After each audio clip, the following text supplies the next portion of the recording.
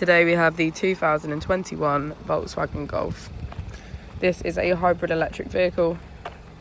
It has done just over 15,000 miles with an automatic transmission.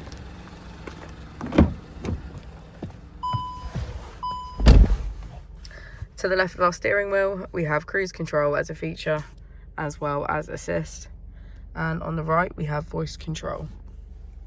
Moving on to our screen, we can access navigation, app connect, our vehicle settings and users, assist systems, settings, shop and legal information.